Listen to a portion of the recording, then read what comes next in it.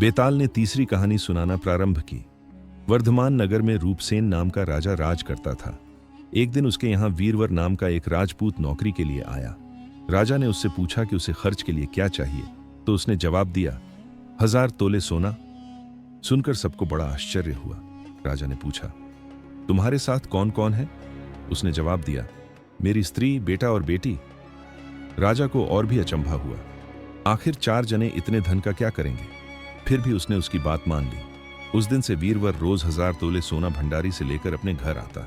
उसमें से आधा ब्राह्मणों में बांट देता, बाकी के 2 हिस्से करके एक मेहमानों, वैरागियों और सन्यासियों को देता और दूसरे से भोजन बनवाकर पहले गरीबों को खिलाता। उसके बाद जो बचता उसे स्त्री बच्चों को खिलाता, आप खाता।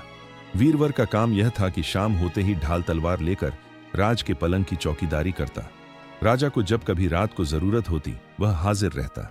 एक आधी रात के समय राजा को मरघट की ओर से किसी के रोने की आवाज आई। उसने वीरवर को पुकारा तो वह आ गया। राजा ने कहा, जाओ पता लगाकर आओ कि इतनी रात गए यह कौन रो रहा है और क्यों रो रहा है। वीरवर तत्काल वहां से चल दिया।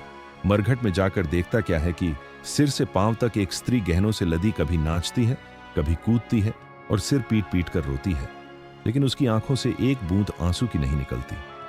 वीरवर ने पूछा, तुम कौन हो, क्यों रोती हो? उसने कहा, मैं राजलक्ष्मी हूं। रोती इसलिए हूं कि राजा विक्रम के घर में खोटे काम होते हैं, इसलिए वहां दरिद्रता का डेरा पड़ने वाला है। मैं वहां से चली जाऊंगी और राजा दुखी होकर 1 महीने में मर जाएगा। सुनकर वीरवर चिंता में पड़ गया। उसने पूछा, इससे बचने का कोई उपाय है? स्त्री बोली, हां है। यहां से पूरब में 1 योजन पर एक देवी का मंदिर है। अगर तुम उस देवी पर अपने बेटे का शीश चढ़ा दो तो विपदा टल सकती है। फिर राजा 100 बरस तक बेखटके राज करेगा।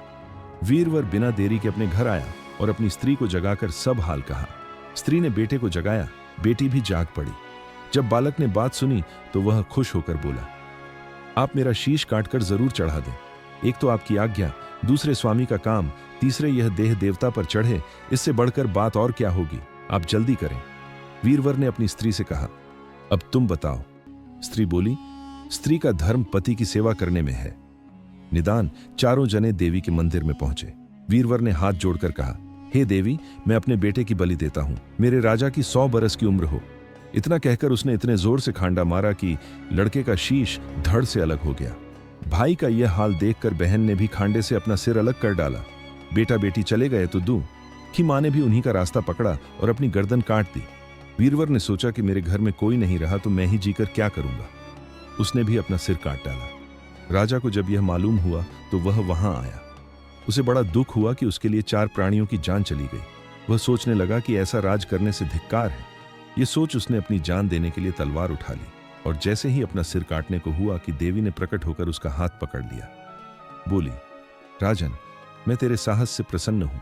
मांग तुझे क्या चाहिए, तू जो वर मांगेगा वो दूंगी। राजा ने कहा, देवी, अगर तुम प्रसन्न हो तो इन 4 को जीवित कर दो। देवी ने अमृत छिड़क कर उन 4 को फिर से जीवित कर दिया। 4 जीवित हो गए और देवी को प्रणाम किया।